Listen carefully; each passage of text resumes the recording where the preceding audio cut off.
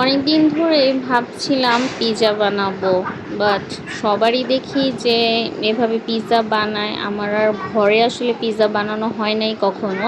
তো হঠাৎ করে সেদিন মানে কোনো প্ল্যান ছাড়াই মানে যা ছিল বাসায় সেটা দিয়ে পিৎজা বানিয়েছি। চলো তাহলে দেখি যে কিভাবে পিৎজাটা বানালাম।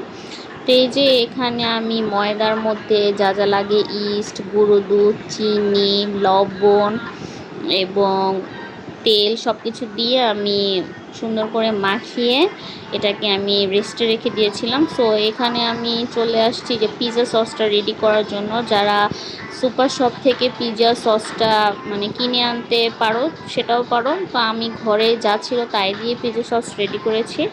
তো এখানে আমি যে সসটা থাকে টমেটো সসটা সেটা নিয়েছি। সেখানে আমি কিছু পরিমাণ অরিগ্যানো দিয়েছি, গোলমরিচ দিয়েছি আর একটু টেস্টিং সল্ট দিয়েছি। তোমরা যদি টেস্টিং সল্ট না দিতে চাও সেটা স্কিপ করতে পারো, কোনো সমস্যা নেই। আর এখানে একটু পরিমাণে লবণ দিয়েছি। তো লবণটার পরিমাণ তোমরা সবাই বুঝে শুনে দিবা। আর এখানে একটু সামান্য চিনি আর একদম কুচি করে রসুন দিয়েছি। তো এই সব কিছু একসাথে দিয়ে আমি সুন্দর করে এটাকে একদম চামচের সাহায্যে নেড়ে চেড়ে নিব। সো এই যে খুবই শর্টকাটে আমার পিৎজা সসটা বাসায় রেডি করে ফেলছি। তোমরা চাইলে এভাবে বানাতে পারো, মানে একদম মানে বাইরের টেস্টের মতোই লাগে, কোনো অংশে কমই না। তো এই যে আমার সসটা রেডি। এখানে আমার এই দেখো ডোটা মানে অনেকখানি ফুলে গেছে। তোমরা সময় বেশি থাকলে তোমরা 1-2 ঘন্টা মানে রেস্টে রাখবা। তো আমি আসলে ওই দিন ঝটপট করে বানানোর জন্য করেছিলাম, তো তাই আমি বেশিক্ষণ রেস্টে রাখতে পারিনি, মোটামুটি আধা ঘন্টার মতো রেখেছি। তাই আমার মানে ডোটা রেডি হয়ে গিয়েছিল ভালোই। তো তোমরা একটু বেশি পরিমাণে যদি রেস্টে রাখো তাহলে আরও সুন্দর একদম সফট হবে। তো এই যে দেখো আমার ডোটা কিন্তু অলমোস্ট রেডি। সো এখন আমরা পিৎজাটা রেডি করে ফেলবো। তো বাসায় তোমরা স্টিলের এরকম একটা প্লেট নিয়ে নিবা। স্টিলের প্লেট নিলে মানে চুলায় যেহেতু আমি পিৎজাটা বানাবো তাই মানে এটা খুবই ভালো হয়। তো এই যে আমি এখানে একটু ঘি দিয়ে দিলাম। তোমাদের বাসায় যদি বাটার থাকে এখানে বাটার দিতে পারো। আমার আসলে ওই দিন সার্ডেন বানানো, আমি আগেই বললাম সার্ডেন বানিয়েছি, তাই বাসায় আমার যা ছিল সেটা দিয়ে আমি করেছি। তো এখানে আমি একটু ঘি দিয়ে প্লেটটাকে একদম সুন্দর করে রেডি করেছি যাতে পিৎজাটা নিচে লেগে না যায়। তারপর আমি যে ডোটা বানিয়েছি সেটা আমি আস্তে আস্তে করে চেপে চেপে এভাবে শেপ করে নিয়েছি। দেন একটা কাঁটা চামচের সাহায্যে আমি এভাবে করে কাট করে নিচ্ছি যাতে পিৎজাটা ফুলে না যায়। অবশ্যই এই কাজটা করতে হবে, না হলে কিন্তু পিৎজা ফুলে একদম মানে কিছুই হবে না। তো এখানে আমি সুন্দর করে কাঁটা চামচের সাহায্যে এটা করে নিচ্ছি। আর আসলে পিৎজা দেখানোর কিছুই নাই, এটার রেসিপি সবাই পারো, সবাই কিন্তু এটার রেসিপি মানে জানা আছে। আমি মনে হয় লেট লতিফ মানে দেরি করে ফেলছি পিৎজা বানাইতে।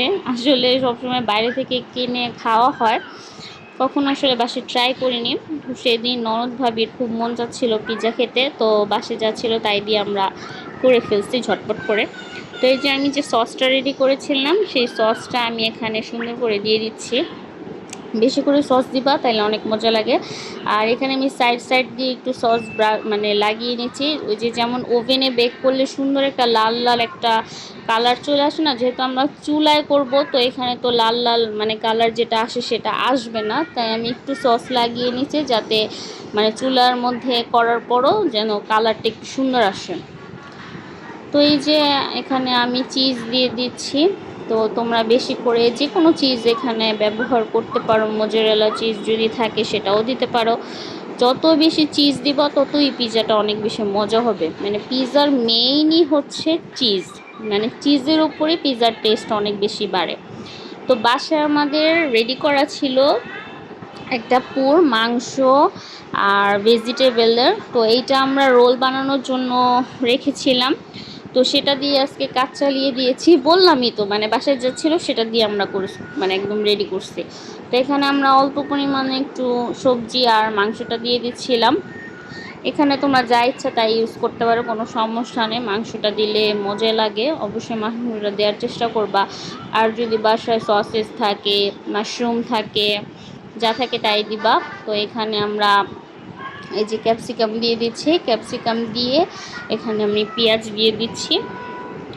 সুন্দর অনেক ইজি, আসলে পিৎজা দেখানোর কিছু নেই, সবাই পারে। তো আমি আসলে কিভাবে বাসায় ঝটপট করে বানিয়েছিলাম চুলায় সেটাই তোমাদের সাথে শেয়ার করছি আজকে।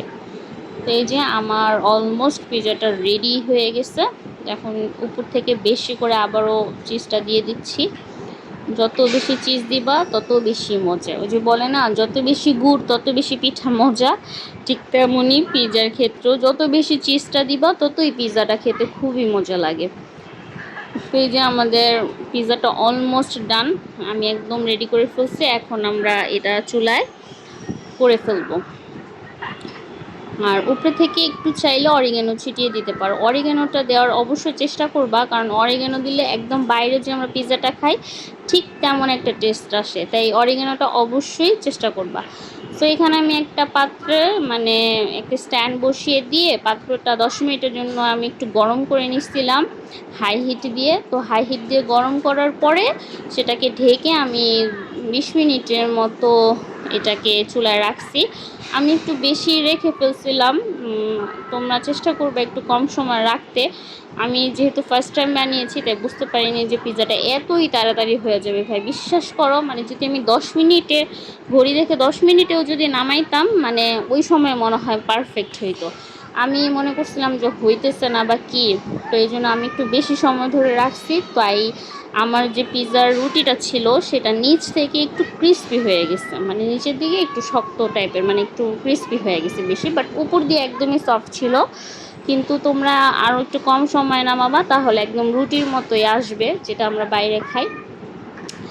প্রথমবার বানাইছি তো এটা কোনো বিষয় না, কিন্তু খেতে যা মজা হয়েছে মানে আমি নিজে অবাক হয়ে গেছি, এত মজা হয়েছে। মানে ঘরে যা ছিল তাই দিয়ে বানাইছি, খুবই টেস্টি হয়েছে। আমার তো এখন মন চায় যে আমি বারবারই পিৎজা বানাই আর খাই, আর আমার মেয়েরা তো অনেক বেশি পছন্দ করছে। তো ভিডিওটা কেমন লাগলো অবশ্যই সবাই জানাবা, লাইক কিন্তু করতে ভুলবা না।